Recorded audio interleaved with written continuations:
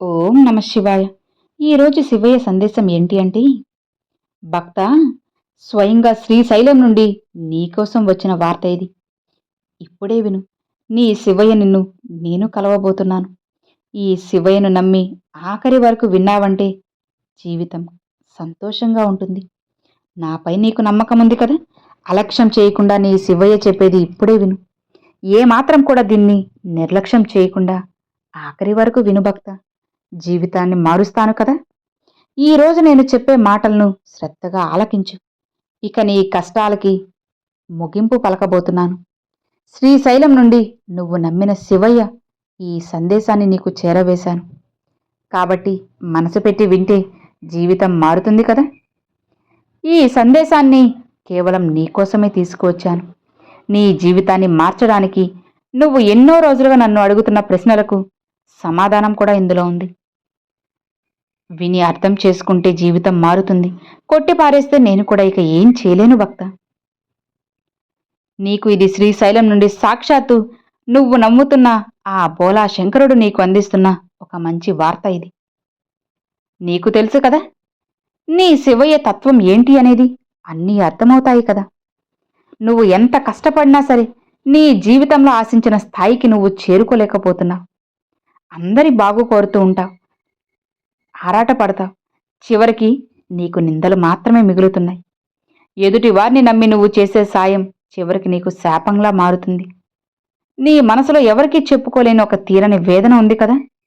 ఒక వెలితి అశాంతి నిన్ను వెంటాడుతున్నాయి కదా. అయితే గుర్తుపెట్టుకో భక్త, అందరి జీవితాన్ని చక్కదిద్దినటువంటి నువ్వు నీ సొంత జీవితాన్ని ఒక గాడిలో పెట్టుకోలేక ఎన్నో రాత్రులు నిద్ర లేకుండా గడుపుతున్నావు. అటు వ్యాపారంలో కానీ, ఉద్యోగంలో గుర్తింపు లేకపోవడం కానీ, కుటుంబంలో కలహాలు, ఆర్థికంగా ఎంత సంపాదించినా సరే చేతిలో రూపాయి కూడా నిలబడలేకపోవడం, ఇలా ఒకటా రెండా చెప్పుకుంటూ పోతే కష్టాలన్నీ కూడా నిన్ను సుడిగుండంలో పెట్టి వేస్తున్నాయి కదా. అందుకే ఇక నీ కష్టానికి కాలం చెల్లింది. నీ తలరాతను మార్చే సమయం అతి త్వరలో రానుంది. చెప్పాలంటే నీకోసంగా నేను ఈరోజు నిర్దేశించినటువంటి ఈ పరమ పవిత్రమైన సందేశాన్ని విను. కొట్టిపారేకు. ఇది నీకోసమే పంపాను. నేను నీకు కొన్ని విషయాలను చెప్పబోతున్నాను. అంతేకాదు భక్త, మనస్ఫూర్తిగా నా మాటలు నువ్వు ఆలకించాలి. నీ జీవితంలో ఒక్కసారైనా సరే ఈ ఆలయంలో అడుగు పెట్టాలి. శివయ్యను దర్శించు. నా శివయ్యను నేను మనసారా చూసుకోవాలని ఉంది కదా. నా దివ్య శక్తిని నేను నీకు అందిస్తాను. ఇక ఆ క్షణమే నీ తలరాత మారిపోవడం ఖాయం. శ్రీశైలంలో అడుగుపెట్టిన మరుక్షణం నుండి నీ జీవితం మారిపోతుంది. నీ జీవితంలో ఉన్న దరిద్రం, శనిదోషాలు, నరఘోష, గ్రహదోషాలు అన్నీ కూడా కర్పూరమై హారతైపోతాయి. ఏ ఆలయ దర్శనమైతే నువ్వు చేయాలనుకుంటున్నావో, ఏ ఆలయ దర్శనమైతే నీ జీవితాన్ని మలుపు తిప్పబోతుందని అంటున్నావో, కలలు కంటున్నావో, అక్కడికి నువ్వు వెళ్ళాలనుకుంటున్నావు కదా. చాలా రోజుల నుంచి ఆశగా ఎదురు చూస్తూ ఉన్నావు కదా. ఇక అది తీరబోతుంది భక్త. నీ శివయ్యను నువ్వు దర్శించుకునే సమయం రాబోతుంది. అలానే నీ కోరికలు ఒక్కొక్కటిగా ఒకటి తర్వాత మరొకటి నేను నెరవేర్చబోతున్నాను. నువ్వు కోరుకున్న ఉద్యోగం కానీ, లేదా నువ్వు కోరుకున్న సొంత వ్యాపారం కానీ, సొంత ఇల్లు కట్టుకోవాలనుకుంటున్నా, డబ్బు సంపాదించాలనుకుంటున్నా, ఆర్థికంగా స్థిరపడాలన్నా, ఇలా ఏదైనా సరే ఖచ్చితంగా జరిపిస్తాను. అలానే నువ్వు కోరుకున్న బంధంతో నీకు వివాహం కూడా జరిపిస్తాను. నీ ప్రేమ బంధాన్ని బలపరుస్తాను. నీ జీవితాన్ని నీకు నచ్చినట్లుగా సంతోషంగా ఉండేలా చేసే బాధ్యత నీ శివయ్యగా, నువ్వు కొలిచే నీ దైవంగా నా బాధ్యత. భయపడకు. ఈ శుభవార్తలన్నీ కూడా ఒకటి తర్వాత మరొకటి నీ జీవితంలో రప్పిస్తాను. అలా రప్పించే బాధ్యత నాదే కదా. నువ్వు ఎన్నో రోజులుగా ఆశపడుతున్న పనిని ఇక నేను జరిపించబోతున్నాను. నా దర్శనం నువ్వు చేసుకున్న మరుక్షణం నుండి నీ జీవితం ఇంకా ఇంకా అద్భుతంగా మారుతుంది, మారిపోతుంది కూడా. మాటిస్తున్నాను భక్త, నీతో కలిసి పూర్తిగా నీ దారిలో నేను కూడా నడుస్తాను. ఈ ప్రయాణంలో నీకు తోడుగా నేను కూడా ఉంటాను. ఏ మాత్రం కూడా నువ్వు భయపడాల్సిన పనిలేదు భక్త. ఈ శివయ్య ఉన్నారు కదా. ఎందుకు శివయ్య నాకు ఇన్ని కష్టాలు ఇచ్చారు? మిమ్మల్నే నమ్ముకుంటూ ఉన్నాను కదా శివయ్య, అందుకేనా ఇన్ని బాధలు, కష్టాలు, సమస్యలు అని నువ్వు మొరపెట్టుకుంటున్నావు కదా. కన్నీరు కారుస్తూ ఆవేదన చెందుతూ ఉన్నావు కదా. ఇక వాటన్నిటికీ కాలం చెల్లింది భక్త. అనవసరమైన ఆలోచనలు ఏవీ కూడా నీ మనసులోకి రానివ్వకు. కేవలం నీ శివయ్య ఉన్నారు అన్న నమ్మకంతోనే ముందుకు వెళ్ళు చాలు. మిగతాదంతా కూడా జరిపించి నీ జీవితాన్ని పూర్తిగా నీకు నచ్చినట్లు మారుస్తాను. నీ శివయ్యని నేను చెబుతున్నాను కదా, మాటిస్తున్నాను. నేను చెప్పినవి చెప్పినట్లుగా అన్నిటిని జరిపిస్తాను భక్త. నువ్వు కోరినవి కోరినట్లుగా జరిపిస్తాను. గొప్ప శుభవార్తని నీ జీవితంలో అందిస్తాను. బిడ్డా, ఇలా చూడు భక్త, నీ కష్టాలన్నీ కూడా ముగిసిపోయాయి. నీ తలరాత మారే సమయం ఆసన్నమైపోయింది. ఈ శివయ్యపై నీకు నమ్మకం ఉంది కదా, ఇక ఎందుకు దిగులు చెప్పు. నువ్వు రోజు నిద్ర లేవగానే చాలు శివ శివ అంటూ నన్నే తలుచుతూ ఉంటావు.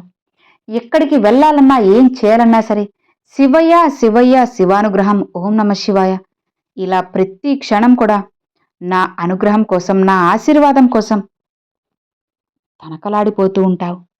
శివయ్య ఒక్కసారి దర్శనమిస్తే చాలు, శివయ్య ఒక్కసారి నన్ను చూస్తే చాలు, ఒక్కసారి నాకు కలలోనైనా సరే శివయ్య అనుగ్రహం ఉంటే చాలు, నేను కోరుకుంది నాకు జరిగిపోతుంది అని నన్ను ప్రాధేయపడుతున్నావు కదా భక్త. నువ్వు ఇంతలా అడుగుతూ ఉంటే నీ కోరికను నేను తీర్చకుండా ఉంటానా? నువ్వు ఎంతో ఓపికతో ఈ శివయ్య మాటలను, శివయ్య సందేశాన్ని నిదానంగా ప్రశాంతంగా విన్నావు కదా, అలాంటిది నీకు నేను దర్శనమివ్వకుండా ఉంటాను. భక్తా చూడు, ఈరోజు రాత్రిలోపే నీకు నా దర్శన భాగ్యాన్ని కలిగిస్తాను. భయపడకు భక్త. నీ జీవితాన్ని నీకు నచ్చినట్లుగా మార్చి నువ్వు సంతోషంగా ఉండేలా చేసే బాధ్యత ఈ శివయ్యది. నీకు కావాల్సిన మంచి జీవితాన్ని నేను అందిస్తాను. అలానే కలలో నీకు కొన్ని విషయాలు కూడా జరిపిస్తాను. అప్పుడు నీకే అర్థమవుతుంది నువ్వు అదృష్టవంతులవే అవ్వబోతున్నావని. ఎవరైతే నిన్ను మానసికంగా గాయపరిచారో ఇక వాళ్ళని నేను చూసుకుంటాను భక్త. నువ్వు దేనికి కూడా అనవసరంగా అతిగా ఆలోచించకు. నీకు తగ్గ సమాధానాన్ని నేను తీసుకువచ్చేశాను. ఇలా చూడు భక్త, నీ జీవితాన్ని నీకు నచ్చినట్లుగా జరిపించి నువ్వు సంతోషంగా ఉండేలా చేసే బాధ్యత ఒక తండ్రిగా నాది అని నేను చెప్పాను కదా. ఇదివరకే నీకు ఈ మాటను ఎన్నోసార్లు చెప్పాను. ఇక అలా జరిపించి నీ జీవితాన్ని నీకు నచ్చినట్లుగా మారుస్తాను. నిన్ను నా దారిలో నడిపించుకుంటాను.